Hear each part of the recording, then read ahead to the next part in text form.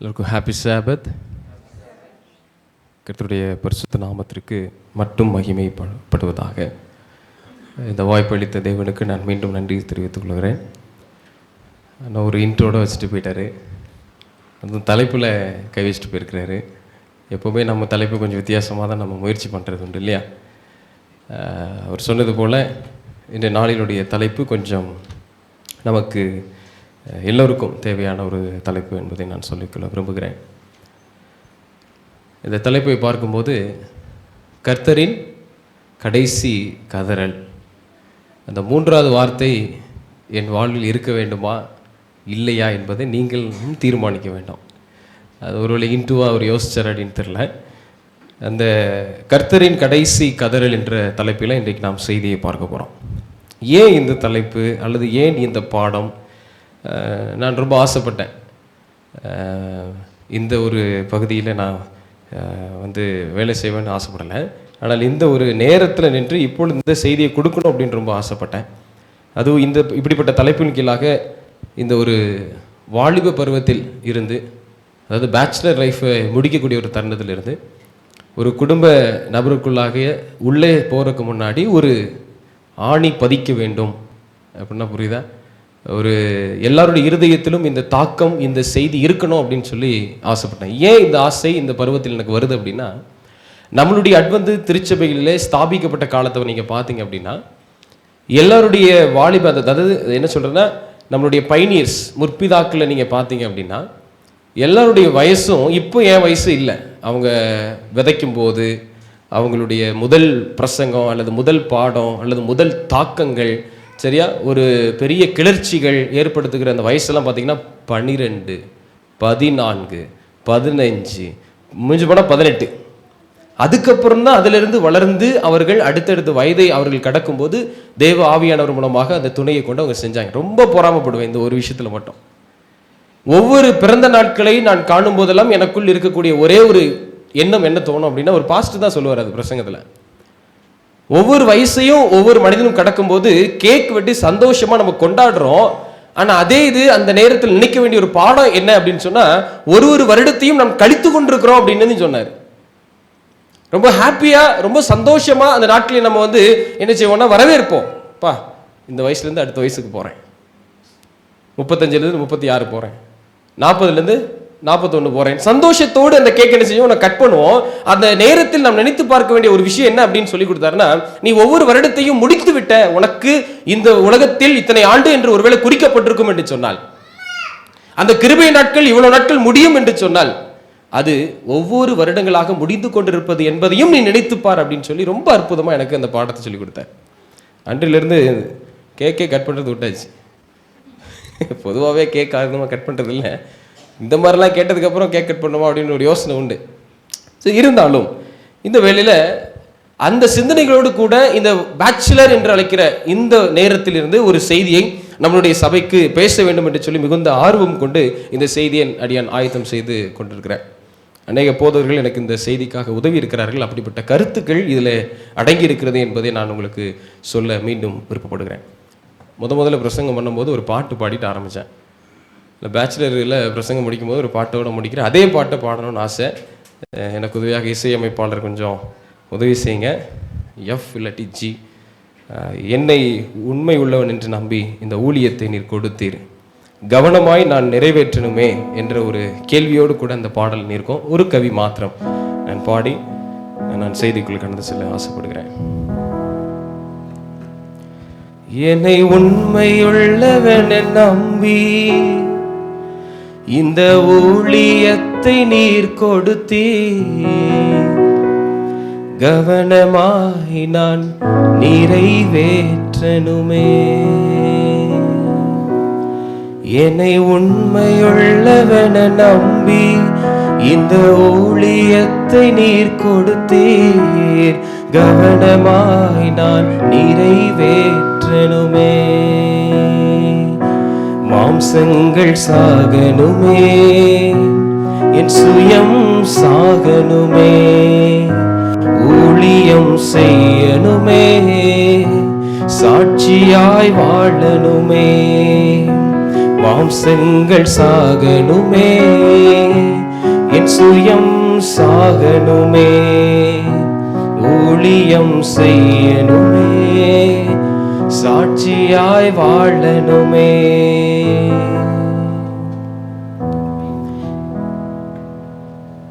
அந்த 4 வரிகள் தான். அந்த 4 வரியும் பாடும்போதே ஒரு மாதிரி கூஸ் பம்ஸும் ஒரு பயமும் வருது. மாம்சம் சாகணும், சுயம் சாகணும், ஊழியம் செய்யணும். அதுதான் கஷ்டம். மாம்சம் செத்தது மாதிரி ஒருவேளை நான் உங்களுக்கு முன்பதாக இருக்கலாம். ஒருவேளை என்னுடைய சுயம் செத்து போன மாதிரி நான் ஒருவேளை நாடகம் நடிக்கலாம். என்னோட ஊழியம் செய்கிற மாதிரியே உங்களுடைய பார்வைக்கு தென்படலாம். ஆனால் சாட்சியாய் வாழும் நடக்கும்போது கூட அப்பப்போ தெரியலாம். ஆண்டவர் இருக்கிறார். அந்த வார்த்தை இன்னொன்று ஒரு கவியில சொல்றாரு, எதை வைத்து என்னை நீர் இவ்வளவாய் நம்பினீர், கனமான ஊழியத்தை கொடுத்தவரே, எதை வைத்து என்னை நீர் இவ்வளவாய் நம்பினீர், கனமான ஊழியத்தை கொடுத்தவரே, பரிசுத்த ஆவியால் நிரப்பிடுமே, வைராக்கியமாய் நான் வாழ்ந்திடவே, பரிசுத்த ஆவியால் நிரப்பிடுமே, வைராக்கியமாய் நான் வாழ்ந்திடவே.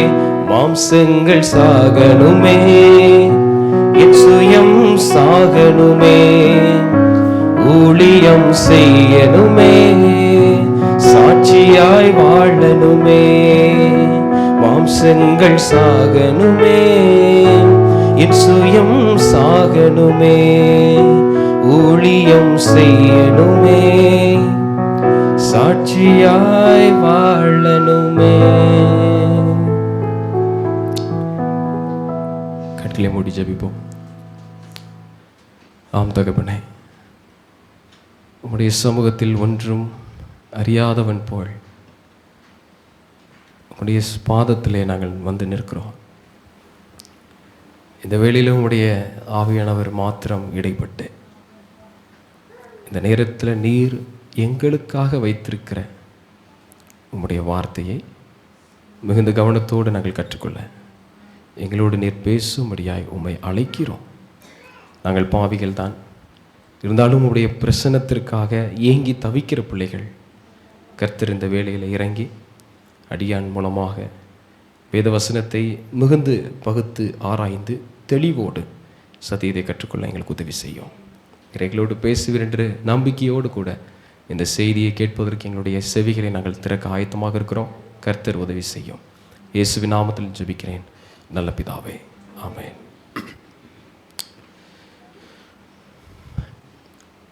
கர்த்தரின் கடைசி கதறல். கர்த்தரின் கதறல் என்று தான் முதல்ல யோசித்தேன்.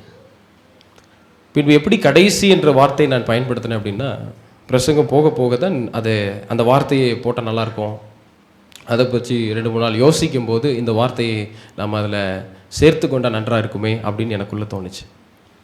கிறிஸ்துவுடைய வார்த்தைகள் ஒவ்வொன்றும் ஒவ்வொரு அழைப்புதலை அவர் கொடுக்கும் பொழுதும் அது நமக்கு கடைசி அழைப்பு போலவே எண்ணி பார்த்தோம் என்று சொன்னால், அவர் சொல்லுகிற ஒவ்வொரு சத்தியமும் நமக்கு மிகவும் பிரயோஜனம் உள்ளதாகவே தோணும். அவர் இன்னும் ஒரு முறை பேசுவாரே, இன்னும் ஒரு முறை ஓய்வு நாளில் நான் பார்ப்பேனே, இன்னும் ஒரு முறை பிரசங்கத்தில் தேவன் வேறு யாராவது பேசுவாரே என்று ஒருவேளை நாம் சாதாரணமாக ஒருவேளை எண்ணிவிட்டோம் என்று சொன்னார், இந்த கடைசி என்ற வார்த்தைக்கு நாம் போடாமலே இருந்திருக்கலாம். ஆண்டவர் இந்த கடைசி என்ற வார்த்தையை சொல்லும் பொழுது என்ன அர்த்தத்தை கொண்டு வந்தார் என்று யோசிக்கும் போது இந்த நாள் செய்தியில் அவருடைய கதறல் எது மீது அவருடைய கதறல் இருக்கிறது என்பதை நாம் பார்க்க போறோம். அல்லது ஏன் கதறுகிறார் என்ற ஒரு சத்தத்தையும் இந்த நாள் என்ன செய்ய போறோம், நம்ம கேட்க போறோம். வாசிப்போம் ஒரு வசனத்தை. லூக்கா 9ஆம் அதிகாரம் 23வது வசனம் மற்றும் 24வது வசனத்தை வாசிப்போம். வாசிங்க யாராவது. லூக்கா 9ஆம் அதிகாரம் 23வது வசனத்தை வாசிப்போம். பின்பு அவர் எல்லோரையும் நோக்கி, ஒருவன் என் பின்னே வர விரும்பினால் அவன் தன்னைத்தான் வெறுத்து தன் சிலுவையை அனுதினமும் எடுத்துக்கொண்டு என்னை பின்பற்ற கடவன். தன் ஜீவனை ரட்சிக்க விரும்புகிறவன் அதை இழந்து போவான். என் நிமித்தமாக தன் ஜீவனை இழந்து போகிறவன் அதை ரட்சித்துக் கொள்ளுவான். யாருக்கெல்லாம் இந்த ஆசை இருக்கிறதோ இவர்கள் இந்த நேரத்தில் நன்கு கவனித்து இந்த செய்தியை கவனிங்க. எல்லாருக்கும் ஆசைதான், என் ஆண்டவர் பெரியவர், என் ஆண்டவர் உண்மையுள்ளவர், அவர் பின்னாடி போகணும்னு எனக்கு ரொம்ப ஆசை. அந்த மிகுந்த ஆசை ஒருவேளை வைத்திருந்து நான் அவர் பின்பதாக செல்ல வேண்டும் என்று முயற்சிக்கிறேன். நீங்களும் நானும் ஒவ்வொரு மனிதனும் தன்னைத்தானே வெறுக்கணும் அப்படின்னு சொல்றார். இன்றைக்கு எனக்குள்ளாக எழுப்பப்பட்ட கேள்வி, என் ஆண்டவர் என்னை பார்த்து கதறுகிற ஒரு சத்தம் என்ன அப்படின்னா, நீ என் பின்னே வர விரும்புகிறாய், ஆனால் என்ன செய்யல? நீ தன்னைத்தானே என்ன செய்யல? நீ வெறுக்கல. ஒரு அர்ப்பணிப்பு என்று சொல்லுகிற ஒரு விஷயத்துக்குள்ள நீ இன்னும் வரல. இப்படி இருக்கும் பட்சத்தில் எப்படி நீ என்னை பின்பற்ற கூடும் என்ற ஒரு கேள்வி எனக்குள்ளாக எழுப்பிக் கொண்டே இருந்தது. இந்த வார்த்தைக்கு என்ன அர்த்தம்? செல்ஃப். அப்படின்னா என்ன அர்த்தம்? செல்ஃபா? நல்லவேளை நீங்க அந்த செல்ஃப்னு சொல்ல மாட்டீங்க. சுயம். அதுதான் அந்த பாட்டு வார்த்தையிலே நம்ம அதான் பார்த்தோம், சுயம். இந்த சுயம் இன்னைக்கு எப்படி போக முடியும் அப்படின்னு சுயம் மீது ஒரு ஜெயம் வந்தா மட்டும்தான் என்னால் என்ன செய்ய முடியும்? அதை வெற்றியை நான் பெற முடியும்னு பார்க்குறோம். கர்த்தருடைய கதறல் எப்படி இருக்குன்னு பாருங்களேன். நமக்குள்ளேயே இருக்கிற மிகப்பெரிய ஒரு எதிரி என்ன அப்படின்னு சொன்னா இந்த சுயம் தான். அப்படிதானே? இந்த சுயம் ஒவ்வொரு மனுஷனுடைய வாழ்க்கையிலும் ஒரு எதிரியா இருக்கு. அது எப்படிப்பட்ட எதிரியா இருக்கு? அது பாவத்தை கொண்டு வருது, மறுபடியும் சுயத்துக்குள்ள கொண்டு போகுது, மறுபடியும் ஒரு நம்ம விரும்பாத ஒரு வாழ்க்கையை வாழுகிற அளவுக்கு என்ன செஞ்சிருது? அது நம்மளை வழி நடத்துது அப்படின்றத என்ன செய்ய முடியும்? நம்மளால பார்க்க முடியும். நீங்க பாத்தீங்கன்னா உலகத்திலேயே மகா துரோகியான எதிரி மற்றும் மறைமுகமாக செயல்படும் மகா வஞ்சகன் சுயம் என்பதை நீங்கள் மறக்கக்கூடாது. இரண்டாவது பாயிண்ட் பார்க்கும்போது, மற்ற எல்லா தீமைகளையும் காட்டிலும் கண்டறிய மிக கடினமானதும் குணமாக்க மிக கடினமானதுமான தீமை அதுவே ஆகும் என்று சொல்லி இந்த இடத்துல இந்த நபர் சொல்றாரு. நீங்க மற்ற எல்லாத்தையும் நீங்க பாத்தீங்க அப்படின்னா ஈஸியா ரொம்ப எளிமையா கண்டுபிடிச்சிடலாம். ஆனா இந்த சுயம் அப்படின்னு சொல்லுகிற ஒரு விஷயத்தை மட்டும் உங்களால கண்டுபிடிக்கிறதே கஷ்டம். நமக்குள்ள அந்த சுயம் என்ற ஒரு விஷயம் இருக்குதான்னு கூட சில இடத்துல தெரியாது. சில வேளைகளில மற்றவர்கள் சொல்லி கொடுப்பாங்க, எப்ப நீ கொஞ்சம் எல்லை மீறி நடக்கிற மாதிரி இருக்கு, உன்னுடைய வார்த்தை கொஞ்சம் அத்து மீறி போற மாதிரி இருக்கு அப்படின்னு சொல்லும் போதுதான், ஓ நான் இப்படிப்பட்ட வார்த்தையை பயன்படுத்தணும் அப்படின்னு கூட என்ன செய்யும் நமக்கு தெரிய வரும் சில வேளைகளில. அப்போ இந்த சுயத்தை நான் மேற்கொள்வதற்கு ஜெபம் இல்லாமல் ஆண்டவருடைய சமூகத்தில் ஜெயத்தை ஒருவராலும் பெற முடியாது. தேவனே இந்த தீமையை வெல்ல திவ்ய கிருபையை தாரும் என்று சொல்லி நாம் ஜெபிக்காத பட்சத்தில் நம்மளால ஒன்றும் என்ன செய்ய முடியாது, சொல்ல முடியாது. அப்போ வேதத்திலிருந்து பார்க்கும்போது சுயத்திற்கு மறிக்க சில படிகளை நம்ம நம்ம பார்க்க போறோம். உலகத்தில் நீங்க பார்த்தீங்கன்னா சுயத்திற்கான ஒரு வாழ்வு என்பது அதாவது சுயத்திற்காக வாழு அப்படின்னு சொல்லிட்டு உலகம் சொல்லுதான். ஆனா அதே வேதத்துல ஆண்டவர் என்ன சொல்றாருன்னா, சுயத்திற்கு நீ மறி அப்படின்னு சொல்லி கொடுக்குது. உலகத்துல வேர்ல்டு என்ன சொல்லுது, அவருடைய பிலாசபி நீங்க பாத்தீங்கன்னா live for the life அப்படின்னு போட்டிருக்கு, live for the self அப்படின்னு போட்டிருக்கு, உன்னோட சுயத்துக்கு வாழு அப்படின்னு சொல்லி. ஆனா தேவனுடைய பிலாசபில, காட்ஸ் பிலாசபில நீங்க பாத்தீங்க அப்படின்னா die to self அப்படின்னு சொல்லி போட்டிருக்கு. எந்த பக்கம் நின்று நாம் இதை பார்க்கிறோம் என்பதை யோசி. லூக்கா 9:23 சற்று வாசிச்சோம் இல்லையா?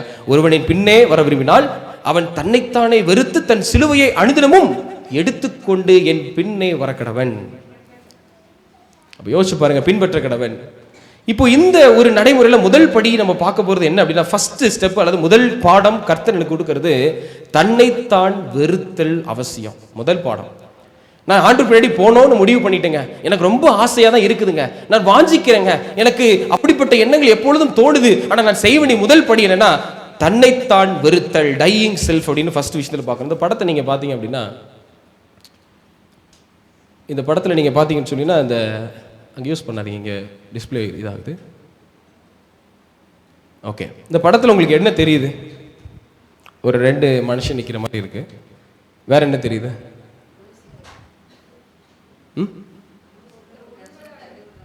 ஒரு மனிதன் இன்னொரு மனிதனை தாங்கி பிடிக்கிறானா? நல்லா பாருங்க, அந்த படம் எப்படி தெரியுது? ஒரு மனிதன் இன்னொரு மனிதனை, அந்த வார்த்தை வர மாட்டேங்குது. மறுபடியும் நீங்கள் பிள்ளையாக தான் சொல்கிறீங்க. இல்லை என் கண்ணு கோளாறான்னு தெரியல. ஒரு மனிதன் இன்னொரு மனிதனை, இன்னும் அந்த வார்த்தை எனக்கு வரல, சரியான வார்த்தை இன்னும் யாரும் சொல்லலை. ஒரு மனிதன் ஜோனத்தன் ட்ரைட் துரோகம் செய்கிறான், வேற யாராவது முயற்சி பண்ணல, இன்னும் இந்த வார்த்தை எனக்கு கிடைக்கல. உதைக்கிறான், மிதிக்கிறான், தள்ளி விடுறன கையிலே தள்ளிட்டு இருக்கான், ஓங்கி மிதிக்கிறான். சொல்லுவீங்கன்னு பார்த்தா நிறைய பேர் சொல்லலை. இன்றைக்கு சுயம் ஒரு மனிதனுக்குள் இருக்கும்போது இப்படிதான் நடக்கும் என்ற ஒரு உதாரணத்தை நாம் பார்க்கிறோம். இந்த இடத்துல நல்லா கவனிச்சு பாருங்கள், அந்த வார்த்தையை படிப்போமே.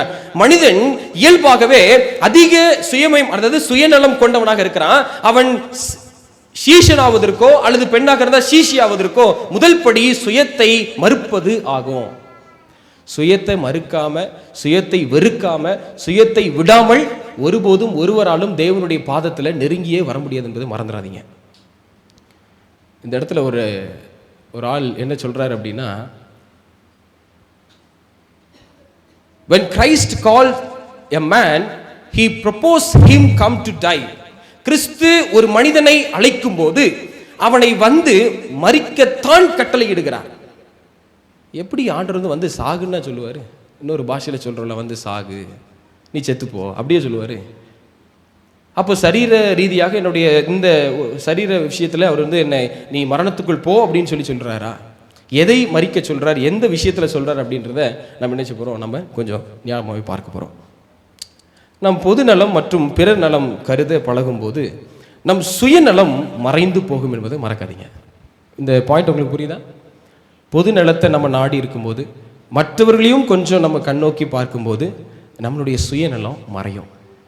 என்னை மாத்திரம் ஒருவேளை நான் யோசித்து கொண்டு என்னை மட்டும் நான் நினச்சி ஒருவேளை இந்த வாழ்க்கையை வாழணும் அப்படின்னு நான் நினச்சிட்டேன் அப்படின்னா, பொது நலத்தை நான் பார்க்காமல் இருந்துட்டேன் அப்படின்னு சொன்னால் சுயநலம் ஒருபோதும் நம்மளை விட்டு போகாது. ஒரு வசனத்தை வாசிப்போம். பிலிப்பியர் 2வது அதிகாரம் வசனம் 3-4 யாராவது ஒருத்தர் வாசிங்க.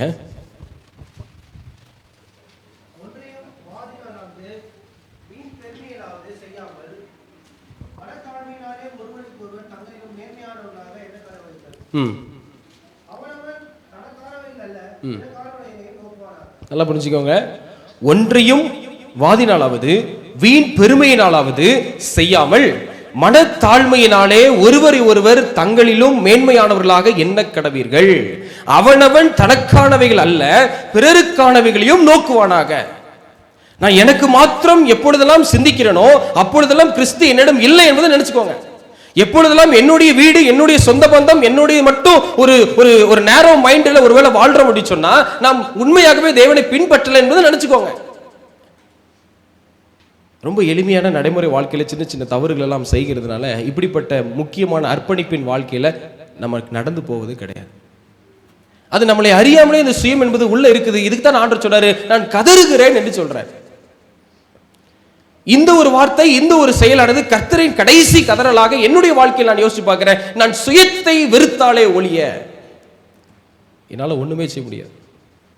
2வது பாடமாக தன் சிலுவையை அனுதினமும் சுமக்கிறது அவசியம். நம்மளுடைய சிலுவை அப்படின்னு சொல்லும் போது எப்படிப்பட்ட காரியம்னா, இன்னைக்கு வேதத்தில் நீங்க வாசிங்கன்னா ஆண்டவர் சிலுவையை சுமந்தார். எப்படிப்பட்ட சிலுவையை சுமந்தார், எதை அப்படின்னு யோசிக்கும் போது தன் சிலுவையை அனுதினம் சுமக்கிறதுல முதல் பாடம் பார்க்கும்போது, சிலுவை தன் இயேசுவை மனுஷ ரூபம், அடிமையின் ரூபம் எடுக்க செய்தது. அவர் அந்த பாடை அனுபவிக்கும் போது மனுஷ ரூபத்திலும் அந்த ஒரு தன்மையில் அவர் இறங்கி வந்த ஒரு காட்சியை நம்மளால பார்க்க முடியுமா? 2வது மரண பரியந்தம் அவர் தம்மை தாழ்த்தும்படி என்ன செஞ்சார். சுய வெறுத்தனால தான் வந்தது.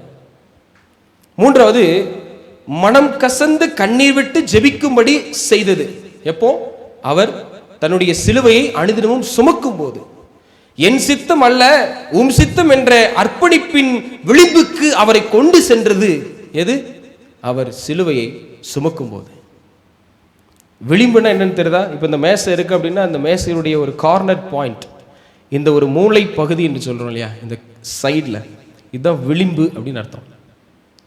இன்னைக்கு கிறிஸ்துவ அந்த விளிம்பு வரைக்கும் எடுத்துக்கொண்டு போயிருக்கு அப்படின்னா எது எடுத்துக்கொண்டு போச்சுன்னா, ஆண்டவரே என் சித்தம் அல்ல உம் சித்தம் என்ற அர்ப்பணிப்பின் விளிம்புக்கு அவரை கொண்டு சென்றுச்சு அப்படின்னு சொல்லி பார்க்கிறோம். சிலுவை அப்படின்னு சொன்னாலே என்ன அர்த்தம்னா பாடு பாரம் என்று அர்த்தம். இதை சுமக்கணும்னு தான் சொல்றாரா? இதுக்கு தான் அவருடைய ஒரு கதறெல்லாம் இருக்கா? இதை நம்ம நிச்சயமாக சுமக்கணுமா? ஆனால் மத்தேயு 11ஆம் அதிகாரம் 28வது வசனத்தில் வாசிக்கும் போது, வருத்தப்பட்டு பாரம் சுமக்கிறவர்களே நீங்கள் எல்லோரும் என்னிடத்தில் வாருங்கள், நான் உங்களுக்கு இளைப்பாறுதல் தருவேன் அப்படின்னு சொன்னாரு. அப்ப இப்படி ஒரு வார்த்தையும் கொடுக்கப்பட்டிருக்கு. நீ என் பின்னே வர விரும்பிட்ட அப்படின்னு சொன்னா நீ அனுதினமோ டெய்லி எவ்ரிடே தினந்தோறும் சிலுவையை சுமக்கணுமா? அப்போ ஒருவேளை அந்த தினந்தோறும் சுமக்கிற அந்த நேரத்தில் நம்ம பயணிக்கும் போது ஒருவேளை நமக்கு பாரமாக தெரிகிற விஷயத்தை எல்லாம் அவருடைய பாதத்தில் வைங்கன்னு சொல்லி கொடுக்கிறார். ஒரு வசனத்தை வாசிங்க, எபிரேயர் 12ஆம் அதிகாரம் முதல் வசனம் என்ன சொல்லுது? ஆகையால் மேகம் போன்ற இத்தனை திரளான சாட்சிகள் நம்மை சூழ்ந்து கொண்டிருக்க பாரமான யாவற்றையும், இங்க பாரமான யாவற்றையும் சொல்லும் போது எதெல்லாம் பாரம்னு நீங்க நினைக்கிறீங்க? எதையெல்லாம் உங்களுடைய வாழ்க்கையில எனக்கு இது பாரமா தெரியுது, என் பிள்ளைகள் பாரம், என் பெற்றோர்கள் பாரம், என்னுடைய படிப்பு பாரம், என்னுடைய வேலை பாரம், என்னுடைய எல்லா பாரம் என்று உங்களுடைய சிந்தனையில பதிகிறதோ அத்தனையும் எங்க வைக்கலாமா? நீங்க அவருடைய பாதத்துல. தொடர்ந்து வாசிங்க. நம்மை சுற்றி நெருங்கி நிற்கிற பாவத்தையும் தள்ளிவிட்டு விசுவாசத்தை துவக்குகிறவரும் முடிக்கிறவருமாயிருக்கிற இயேசுவை நோக்கி நமக்கு நியமித்திருக்கிற ஓட்டத்தில் பொறுமையோட ஓடணுமா? யார் வீட்லயாவது எப்படி கேட்டு பார்க்குறேன், எத்தனை ஒரு வீட்டில் குக்கர் இருக்குது? இட்லி குக்கர் எத்தனை ஒரு வீட்டில் இருக்கு? சரி, இட்லி சட்டியாவது இருக்கா? சரி, இட்லி நம்ம சாப்பிடணும்னு ஆசைப்பட்டு இட்லி மாவு ஊற்றுவீங்க. மாவு ஊற்றின உடனே இட்லி ஆயிருதா? இல்லை. பசிக்குதுன்னு சொல்லி தட்டில் சாப்பாடு போட்டோன்னா பசி அடங்கிருதா? இல்லை. ஆயிருதா? பசி தட்டில் சாப்பாடு போட்டோன்னா பசி அதிகமாக தான் ஆகும். சில நேரத்தில் பசி அடங்காது. இன்னைக்கு சில வேளைகளில் நம்மளுடைய எதிர்பார்ப்புகள்லாம் எப்படி இருக்கும்னா, ஜோம் பண்ண கிடைக்கல, நான் விட்டு சொன்னேன், பாஸ்டர் சொல்லி தான் ஜோம் பண்ண கிடைக்கல. பாஸ்டர் ஜபம் தப்பா போச்சா, கேட்ட விதம் தப்பா போச்சான்னு தெரியல. சில வேளைகளிலே சில விஷயங்கள் பொறுமையோடு காத்திருப்பது அவசியம் என்பதை நீங்க மறக்காதீங்க. இங்க சொல்றாரு, நமக்கு நியமித்திருக்கிற ஓட்டத்தில் பொறுமையோடு ஓடக்கடவோம். என் சுய வாழ்க்கையை ஒருவேளை மாற்றம் வரணும்னா உடனே மாற்றம் வராது. ஆனால் அந்த மாற்றத்திற்கு ஒவ்வொரு நாளும் ஒவ்வொருவரும் ஓடணும் அப்படின்றது மறக்காதீங்க. எவ்ரிடே நம்ம ரன் பண்ணிட்டே இருக்கணும், தினந்தோறும் ஓடணும், தினந்தோறும் ஓடணும். ஆண்டவர் இந்த செயலை தினந்தோறும் செய்தார் என்பதை மறக்காதீங்க. தினந்தோறும் அந்த சிலுவையை அவர் கடந்து வந்தார். இந்த காரியத்தில் பார்க்கும்போது வாழ்க்கையின் பாரங்கள் என்று சொல்லி ஒரு படமே இருக்கு. ஆங்கிலத்தில் தான் அந்த படம் இருக்குதான். இல்லை பார்க்கும்போது பாவ பாரங்களையும் நாம் கூட்டிக் கொள்ளக்கூடாது. சுயத்தினால் இன்னும் சுமைகளை நமக்கு நாமே உண்டு பண்ணி கொள்ளக்கூடாது. நிறைய பேர் இந்த நேரத்தில் தான் இந்த மாதிரி விஷயத்தில் தவறுகளை செய்கிறாங்க. ஒரு பலூன் இவ்வளோதான் இருக்குது அப்படின்னா அந்த பலூனில் இவ்வளவு தான் காற்று அடைக்க முடியும் அப்படின்னா அவ்வளவு தான் காற்று அடைக்க முடியும்.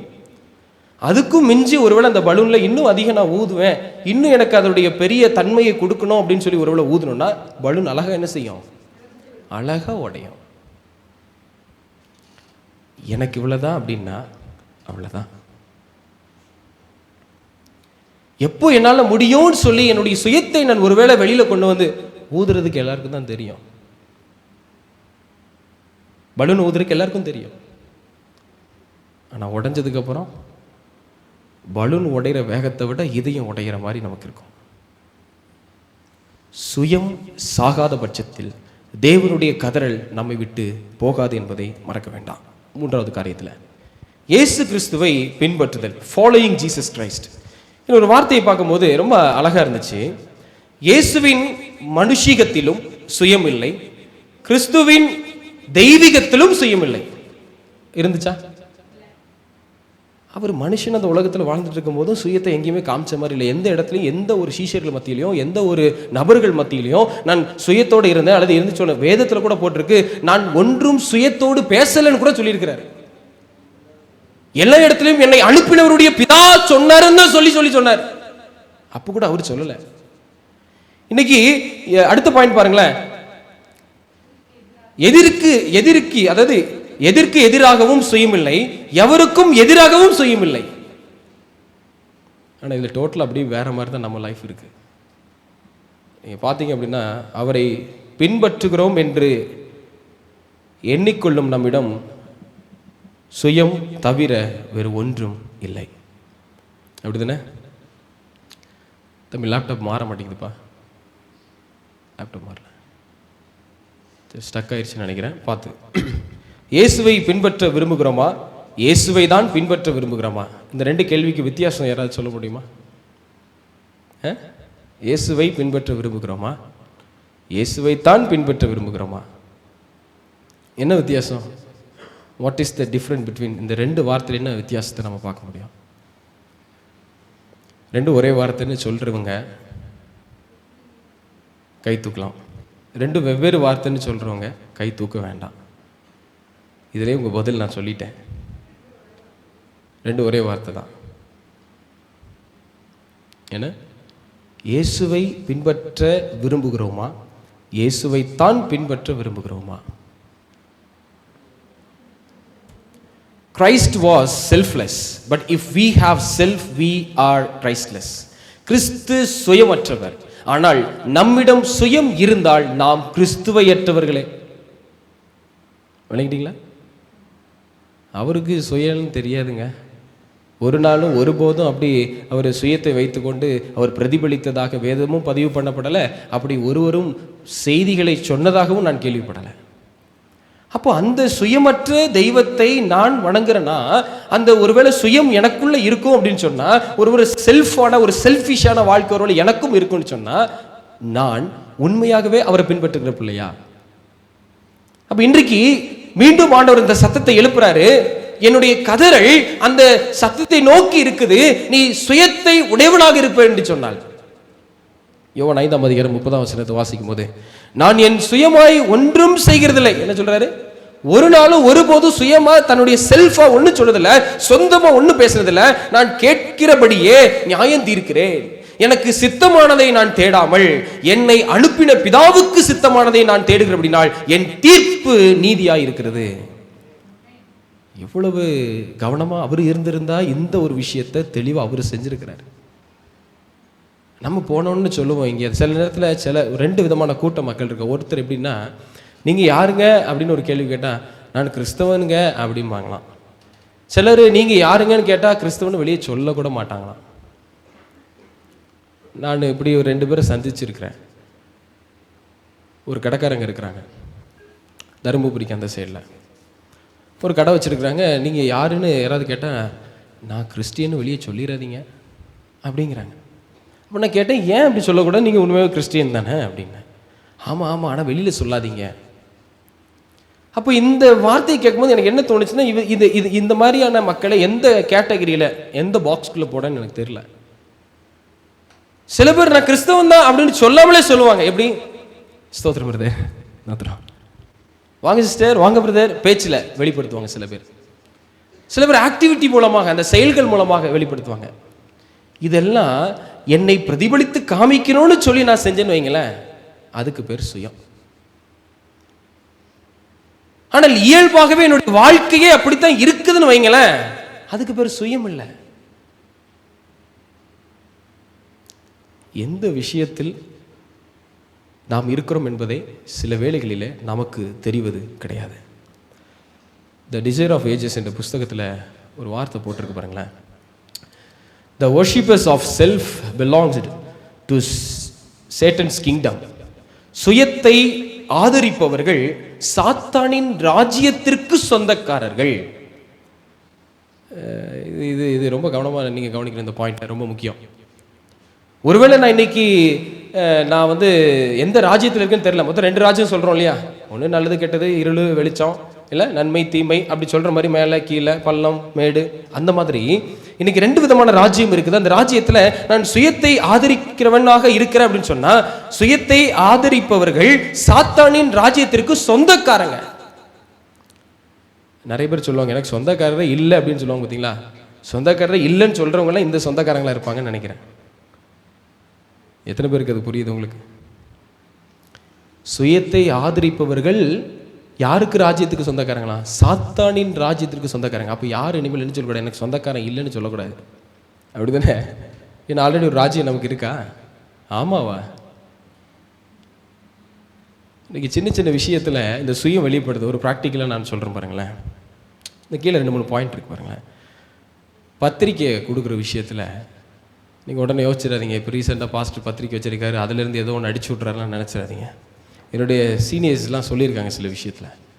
பத்திரிக்கை கொடுக்குற விஷயத்தில் ஏன் அவன் கொண்டு வர மாட்டானோ, அவன் நேரில் வர மாட்டானோ, எப்படி சில வேலைகளில் சுயம் இதுலேயும் இருக்குது. நேரில் போய் கொடுக்கணும், நல்லது தான், நான் இல்லைன்னு சொல்ல வரல. நான் சொல்கிறது என்னென்னா, கொடுக்கலன்றதுக்காக என்ன செய்கிறாங்க அப்படின்னா, சில வேலைகளிலே சில வார்த்தைகளை விடுவது பார்க்குறோம். சரி, அப்படி அந்த மாதிரி விஷயமானா வீட்டில் ஒருவேளை தண்ணி நின்றுச்சுன்னு வைங்களேன், மோட்ரு போட்டு வாப்பான்னு சொன்னால் ஏன் அவன் போட மாட்டானா, ஏன் இவ போட மாட்டாளா? சரி, படுத்து தூங்கின அந்த பாய் எடுத்து மடியன்னா அக்கா வைக்க மாட்டாளா, என் தம்பி எடுத்து வைக்க மாட்டானா? சின்ன சின்ன விஷயங்களில் சின்ன விஷயங்களில் இந்த சுயத்தை நம்ம சொல்கிறோம். சர்ச்சில் ஏதாவது ஒன்று எடுங்கன்னா, நான் அதுதான் எடுத்தேன் இன்னொரு வாரம், ஏன் அவங்க எடுக்க மாட்டாங்களா? நம்ம எப்போ பிறரை பார்த்து அவங்க இவங்க அவங்க அந்த ஆளுன்னு பேசணுமோ அப்படியே போக வேண்டியதான். ஒரு சின்ன காரியம் கூட, அமெரிக்க தேசத்தில் ஒருத்தர் இருந்தார். அந்த வாக்கிங் ஸ்ட்ரீட்டுன்னு ஒன்று இருக்குது, நடந்து போகிறதுக்குன்னு ஒரு ஸ்தலம் இருக்குது. அங்கே நடந்து போயிட்டு இருப்பாரான். அப்போது ஒரு வாலிப பையன் என்ன பண்ணுவான்னா, ஒரு அங்கிளுக்கு முன்னாடி எப்போவும் ஃபாஸ்ட்டாக அவன் ஓடிட்டு இருப்பான். அந்த அந்த பார்க்கை சுற்றி ஓடிட்டு இருப்பாப்புல. அந்த வயதில் மூத்தவர் வந்து நடந்துட்டு இருப்பாரான். அப்போ என்ன பண்ணாரு, அந்த வாலிப பையன் போயிட்டு இருக்கும்போது அவங்க வீட்டு 2 வீடு பக்கத்து வீடு தான், சரிங்களா? 2 வீடு பக்கத்து வீடு. என்ன பண்ணலன்னா, இவர் குட் மார்னிங்னு வைக்கலையாம். எதுக்கு?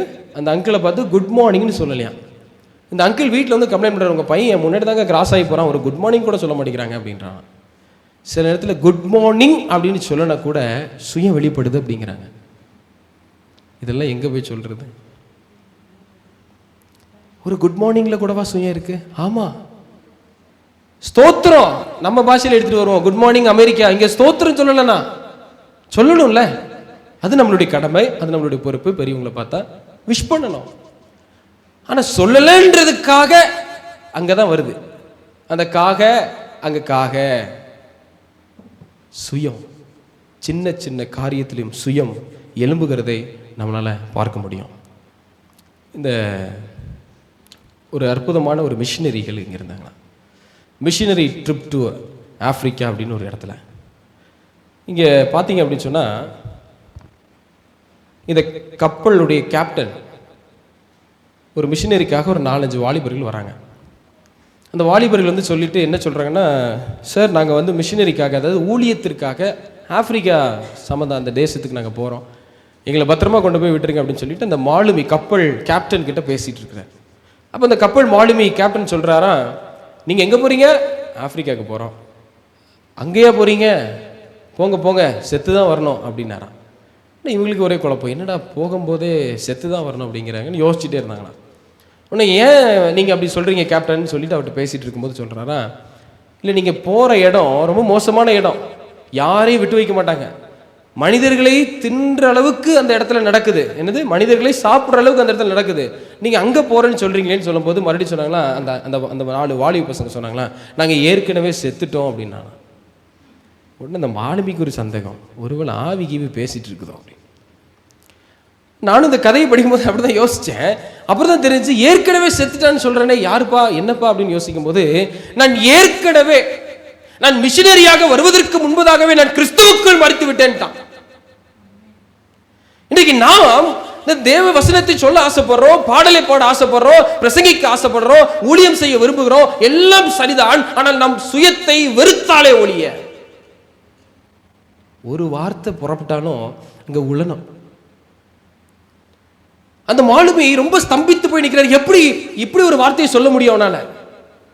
இன்னைக்கு இந்த வார்த்தைக்கு அப்புறம் அவன் போனா என்ன போகலன்னு என்ற மாதிரி எனக்கு ஆயிடுச்சு. நான் ஏற்கனவே செத்துட்டேன். அப்போ அவன் போனா எவ்வளவு உபத்திரவங்கள் வந்தாலும் அவனுக்கு பயமே வராது. எவ்வளவு பெரிய விஷயங்கள் அவனுக்கு நேரிட்டாலும் அவன் பயப்பட போவதில்லை. ஏற்கனவே அவன் கிறிஸ்துவுக்குள் மரித்து விட்டான். ஆமென். அந்த ஒரு பிடிமானம், அந்த ஒரு காரியம் இங்கு இருந்ததுனால அந்த மிஷினரி பயங்கரமா போனான். இன்னைக்கும் மிஷினரிக்குள்ள ஒரு வார்த்தை, மிஷினரிக்குள்ள ஒரு வார்த்தை இருக்கு, என்ன தெரியுமா?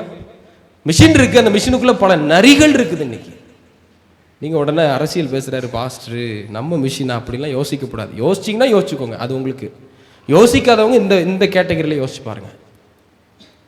மிஷினரி, மிஷினுக்குள் நரி. பார்த்தீங்கன்னா பார்த்தீங்கன்னு சொல்லுங்க, பார்க்கலையா? அவன் என்ன பார்த்த மாதிரி தான் இருந்துச்சு.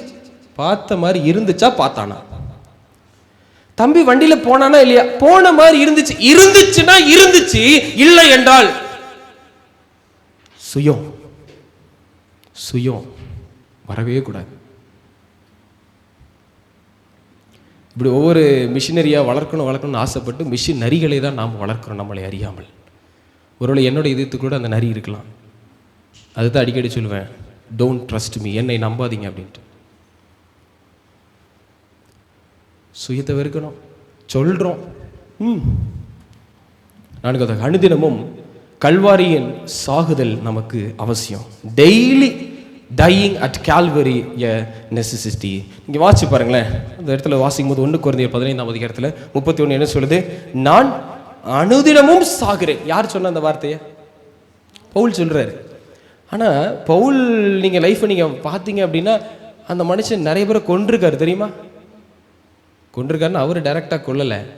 நிறைய பேர் நல்லவர்கள் மரித்ததற்கு காரணம் பவுல் இருந்திருக்காருன்னு சொல்ல வரேன். அதுதான் டைரக்டாக கொண்டிருக்காருன்னு சொல்ல வரேன். ஆனால் அந்த மனுஷன் சொல்றேன்னு, நான் அனுதினமும் சாகிறேன். ஒவ்வொரு நாளும் கிறிஸ்தவ பிள்ளைகள் அனுபவிக்க வேண்டிய விஷயத்தை அனுபவிக்கணும். சில நேரத்தில் வீட்டில எல்லாம் பிரச்சனைகள் வந்துட்டுன்னு வைங்களேன். சில நேரத்தில் ஆண்டவர் சில விஷயத்தை வெளிப்படுத்துகிற நிறைய பேருக்கு அது ஒரு பிளஸ்ஸான ஒரு காரியம். சொப்பனத்தின் மூலமாக, கனவுகள் மூலமாக, யார் பாஸ்டர் மூலமாக, விசுவாசிகள் மூலமாக, பல பேருடைய பேசும்போது அந்த வார்த்தையில் கிடைக்கிற ஆலோசனைகள் மூலமாக வெளிப்படுத்துகிறார். வெளிப்படுத்தின பிற்பாடும் உட்காந்துட்டு என்ன தெரியுமா பண்றாங்க? சண்டை போட்டுட்டு இருப்பாங்க. அதான் ஏற்கனவே சொன்னார்ல, இது நடக்கும், இப்படி வரப்போகுது, நீ தெளிவாருன்னு சொன்னார்ல. சரி நடந்துருச்சு, என்ன பண்ணோம்? திடம் கொண்டு இருக்க வேண்டாம், மறுபடியும் பின்னாடி உட்கார்ந்துட்டு தான் இருக்கிறது. எச்சரிப்பு இதுதான் தெரியுது அப்படின்னு சொன்னா, அங்க போறேன், டிராபிக் ரூல்ஸ் எனக்கு தெரியுது, ரெட் லைட் வரப்போது, அதுக்கு முன்னாடி ஆரஞ்சு கலர் லைட் எரியுது அப்படின்னா நீ வாகனத்தை நிறுத்துறதுக்கு உண்டான அறிகுறி. இல்ல ரெட் கலர் லைட் வந்ததுக்கு அப்புறம் நான் நிறுத்திக்கிறேன் அப்படின்னு யோசிச்சோம் அப்படின்னா நம்ம நிலைமை என்ன ஆகும்? ரெட் கலர் நம்ம வாழ்க்கைக்குள்ளேயும் வந்துடும். என்ன அர்த்தம் அப்படின்னா? ஆக்சிடென்ட் இல்லையா? நமக்கு முன்பதாகவே எச்சரிக்கப்படுகிறது என்று சொன்னால் அந்த எச்சரிப்பை மிகுந்த கவனத்தோடு நாம் பார்த்து ஆயத்தமாக்கி கொள்ள வேண்டும். தெளிவா சொல்றாரு, சில விஷயத்துல தெளிவா நம்மோடு பேசுறாரு. சொன்னதுக்கு அப்புறமும் நம்ம உட்கார்ந்து பயந்துட்டு இருக்கிறோம். அப்ப தீர்க்க தரிசனத்தை நம்பாம இருக்கலாம், சொப்பனத்தை நம்பாமலே போயிட வேண்டியதானே? இந்த சபைகள் ஆரம்பிக்கப்பட்ட சரித்திரத்தை நாம் கவனித்தோம் அப்படின்னு சொன்னா ஒவ்வொன்றையும் சொல்லி சொல்லி தான் நடத்தினாருங்க. நம்ம தான் மறதியின் வள்ளல்களாச்சே, அதனால நம்ம அப்பப்போ மறந்துடுவோம் அதெல்லாம். ஜார்ஜ் முல்லர், இவரை பற்றி நமக்கு நிறைய தெரியும், நிறைய சரித்திரத்தில் நம்ம பார்த்துருப்போம். 10,000க்கு மேலான அனாதை பிள்ளைகளை ஆவிக்குரிய ஒரு தகப்பனாக இவர் இருந்திருக்கிறார். இவர் லைஃப் ஸ்டைல்லாம் பார்த்தீங்கன்னா ஒரு நாளும் போயிட்டு கையை கட்டி, ஐயா நான் இப்படி ஆர்ஃபனேஜ் நடத்துகிறேன், என்ன என் பிள்ளைங்களுக்கு சாப்பாடு போடுங்க, வாழைப்பழம் கொடுங்க, மண்ணா கொடுங்க, எதையும் கேட்டதில்லையாமா. ஒரு நாள் கூட மனுஷன் போயிட்டு கை ஏந்தினதே இல்லை. ஒரு உதவிக்கு கூட கை ஏந்தது இல்லை. நான் தப்பா சொல்ல வரல, உதவிக்கு கூட யார்கிட்டையும் ஐயா எனக்கு கொடுங்கன்னு கேட்டதே இல்லையா. இவர் ஆர்ஃபனேஜ் நடத்தி இத்தனை பேர் மக்களை காப்பாற்றினாராமா. அப்போ எப்படிங்க அந்த ரகசியம், எப்படி இந்த சீக்ரெட் அப்படின்னு சொல்லி கேட்டாராம். 14 வயசுல இந்த மனுஷன் அடிக்கிற தண்ணி பாட்டிலுடைய நேமை சும்மா மனப்படமாக ஒப்பிப்பார். 14 வயசுல 14 வயசுலேயே தண்ணி அடிக்கிற, மதுபானம் அருந்துகிற பழக்கம் நிறைந்த ஒரு மனுஷன். எதேர்ச்சியா நண்பனுடைய வீட்டில் ஒரு ஜெப கூட்டம் நடந்துச்சு, ஜஸ்ட் போய் அட்டன் பண்ணுவோன்னு சொல்லி போறாரு. அங்க ப்ரேயர் மீட்டிங்ல ஒரு பாஸ்டர் ப்ரேயர் பண்றாரு. எப்போ எல்லாரும் நீல் டவுன் பண்ணுங்க, முட்டி போடுங்கன்னு சொல்றாரு. இவர் ஜஸ்ட் முட்டி போட்டாராம். அங்க முட்டி போட்டு ஜெபம் பண்ணும்போது போதகரிலிருந்து வந்த வார்த்தை இவருக்குள்ள வெளியே வந்துச்சான். அப்ப நினைச்சாரா, நான் முற்றிலுமாக சாகணும் அப்படின்னு முடிவு பண்ணாராம். அப்போ எப்படி எப்படி வார்த்தைன்னு பாருங்களா, அங்க அழகா போட்டிருக்க. அடுத்த வார்த்தையில பார்க்கும்போது, ஒரு நாளில் நான் மரித்தேன், முற்றிலுமாக மரித்தேன். ஜார்ஜ் முல்லருக்கு நான் மரித்தேன். அவனது அபிப்பிராயங்கள், அவனது முன்னுரிமைகள், அவனது சுவைகள், அவனது சித்தம் ஆகிய அனைத்திற்கும் நான் மரித்தேன். எனது சகோதரர் மற்றும் நண்பர்களின் அங்கீகாரம் அல்லது அவதூறுக்கு கூட நான் மரித்தேன். அது முதல் என்னை தேவனுக்கு முன்பாக உன்னதமாக நிறுத்தும்படிக்கு மாத்திரம் நான் ஜாக்கிரதையாய் இருக்கிறேன். எதுக்கெல்லாம் மரிச்சிருக்கிறார் அந்த மனுஷன்? யார் என்ன சொன்னாலும் எனக்கு பரவாயில்லைங்கன்னு மரிச்சிருக்கிறார். அந்த வார்த்தைக்கு, அந்த செயலுக்கு கூட, என் நண்பர்களின் அங்கீகாரம் அல்லது அவதூறுக்கு கூட நான் மரித்தேன். இன்னைக்கு நம்ம சொல்ல முடியுமா அந்த வார்த்தையை? நம்ம இன்னைக்கு நினைச்சோமா, அவன் சொல்லிட்டான் என்னைய, நான் என்னைக்காவது ஒரு நாள் எனக்கு டைம் கிடைக்காம போயிடும். சுயம் வருதா இல்லையா? ஒரு அழகாக ஒரு டைலாக்லாம் அடிப்பாங்க, பசங்க அடிப்பானுங்க. யானைக்கு ஒரு காலம் வந்தா பூனைக்கு ஒரு காலம் வருமாப்பிள்ள, நீ போயிட்டே வா அப்படிங்கிறான். எங்கே வந்து என்ன பண்ணுவானே தெரியாது. ஒரு சின்ன வார்த்தை தான் பயத்தை கிளப்பிட்டு போயிடுவாங்க. பூனை மாதிரி தான் டைலாக் இருக்குது, பயம் யானை மாதிரி வருது. சுயம் அபிப்பிராயத்துக்கு மறிச்சிருக்கிறாரு, சுவைக்கு மறித்திருக்கிறாரு, முன்னுரிமைகள் எதுக்கெல்லாம் ப்ரையாரிட்டி முன்னுரிமை அவர் கொடுத்தாரு எல்லாத்துக்கும் மறிச்சிட்டார். வார்த்தை சொல்றாரு, ஒரு நாளில் நான் மரித்தேன், முற்றிலுமாக மரித்தேன், ஜார்ஜ் முல்லருக்கு நான் மரித்தேன். இப்போ இந்த ஒரு தீர்மானம் எடுத்ததுக்கு அப்புறமா அத்தனை பிள்ளைகளையும் அவர் வழிநடத்திற்கு போனார் அப்படின்னு சொன்னா, அவருக்குள் இருந்து செயல்பட்டது யாரு? ஆவியானவர், ஹோலி ஸ்பிரிட். யோசிச்சு பாருங்க, இன்னைக்கு நீங்கள் நான் மரிக்கிறோம். கலாத்தியர் 2:20 சொல்லுவோம், இனி நான் அல்ல, கிறிஸ்துவே என்னில் பிழைத்திருக்கிறார். இந்த வார்த்தை நமக்கு வரணும். 5:16-17 வாசிக்கும் போது, பின்னும் நான் சொல்லுகிறபடி இதெல்லாம் ஆவிக்கேற்றபடி நடந்து கொள்ளுங்கள், அப்பொழுது மாம்ச இச்சை நிறைவேற்றாதிருப்பீர்கள். என்ன வித்தியாசம்? ஆவிக்கேற்றபடி நடந்துக்கிறதுனா என்ன? நம்ம வந்து ஏதோ ஒரு விஷயத்தை நிறைவேற்றாமல் இருப்போமா, மாம்சத்துக்குரிய இச்சையை நிறைவேற்ற மாட்டோம் அப்படின்றாங்க. என்ன வித்தியாசமா இருக்கும்? எது ஆவிக்கேற்றபடி? எப்படி ஆவிக்கேற்றபடி நடந்தா, அல்லது எப்படி நடந்தா நான் வந்து உலகத்தில் இருக்கக்கூடிய இந்த மாம்ச இச்சைக்கு நான் வந்து விலக்கி ஓடுவேன்னு சொல்றாரு? சுயநல வாழ்க்கை.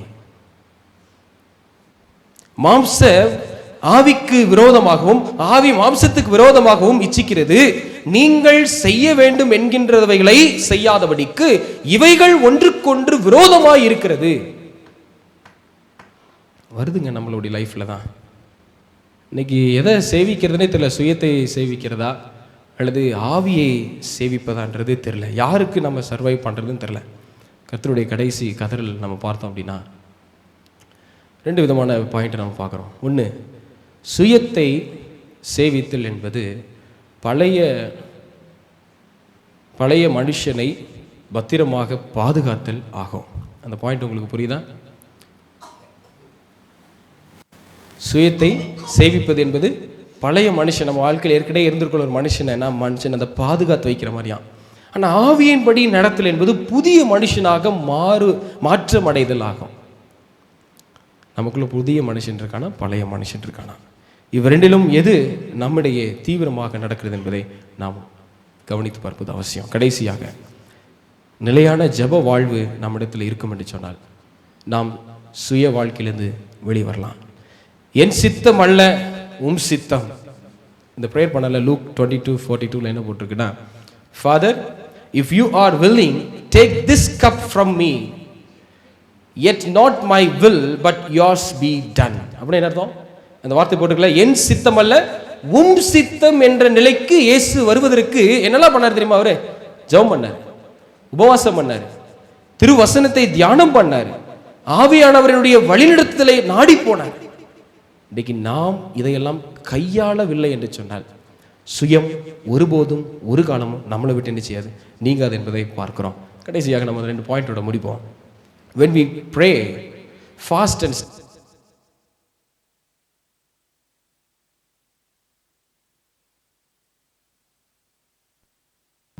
உபவாசித்து வேதத்தை ஆராயும் போது நம் சித்தமும் தேவ சித்தமும் ஒன்றாக கலந்து விடும். ஃபாஸ்டிங் ப்ரேயர் எவ்வளோ நாளுக்கு ஒருக்கா பண்ணலாம்? யாராவது கொஞ்சம் முயற்சி பண்ணுங்களேன் இந்த கேள்விக்கு பதில். 3 மாதத்துக்கு ஒருக்கா, வேற வாரத்துக்கு ஒருக்கா, வேற நிறைய பேருடைய பதில் வாயிலே வரல. ஏன் தெரியுமா? அவங்க டெய்லி ஃபாஸ்டிங் இருக்காங்கன்னு நினைக்கிறேன். அப்படி தானே?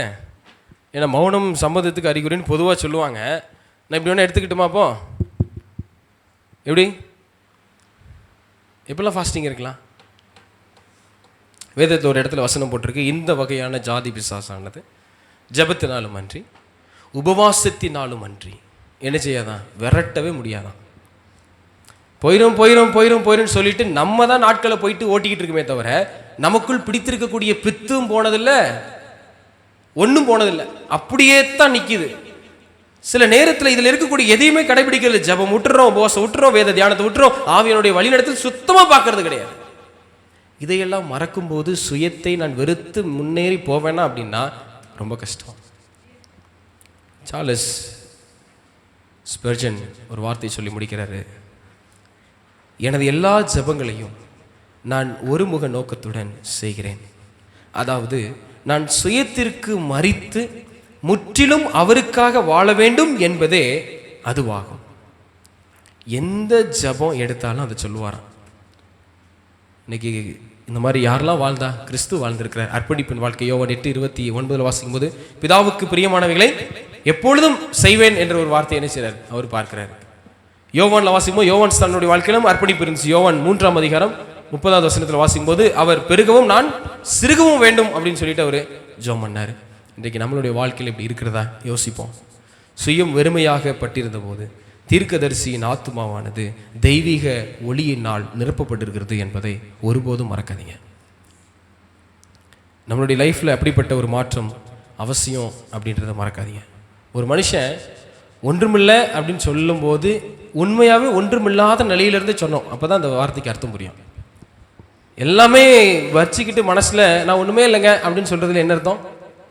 அது உண்மையான அர்த்தம் கொண்டிருக்குமா அப்படின்னா இல்லை. என்கிட்ட ஒன்றுமே இல்லை பாஸ்டர் அப்படின்னு ஒருத்தர் சொல்கிறாங்கன்னு வைங்களேன், ஒன்றுமே இல்லாமல் இருந்து அந்த மனநிலையில் சொல்லுவாங்களான்னு தெரியல. நம் வார்த்தைகள் கூட கவனம் இருப்பது அவசியம் அப்படின்றத பார்க்குறோம். லூக்கா 9:24 வாசி நாம் முடிப்போம். லூக்கா 9:24, தன் ஜீவனை இரட்சிக்க விரும்புகிறவன் அதை இழந்து போவான், என் நிமித்தமாக தன் ஜீவனை இழந்து போகிறவன் அதை. கண்டிப்பாக ஒரு நாள் எல்லாருக்கும் மரணம் என்பது உண்மைதான். இந்த உலகத்தில் எல்லாரும் மரணம் என்ற விஷயத்தை கண்டிப்பாக சந்திக்க தான் போகிறோம், அதில் எந்த மாற்றமும் இல்லை. ஆனால் அது கிறிஸ்து மூலமாக ஒருவேளை அந்த மரணத்துக்குள் நம்ம படுகிறோம் என்று சொன்னால் ஒரு இந்த உலகத்தை விட்டு நான் போகலாம், ஆனால் நான் தப்பித்துக்கொள்ள வாய்ப்பு இருக்குது அப்படின்றத என்ன செய்கிறார் அவர் சொல்லி முடிக்கிறார். கர்த்தருடைய கடைசி கதலை நாம் சிந்திச்சு பார்ப்போம்.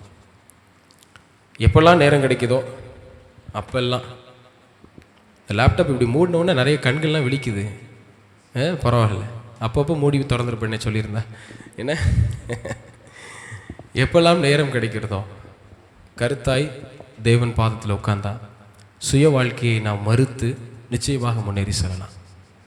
அப்படிப்பட்ட வாழ்க்கைக்காக நாம் தேவனிடத்தில் பிரார்த்திப்போம். கர்த்தர் நம்மளை ஆசீர்வதித்து பலப்படுத்துவாராக. ஆமென்.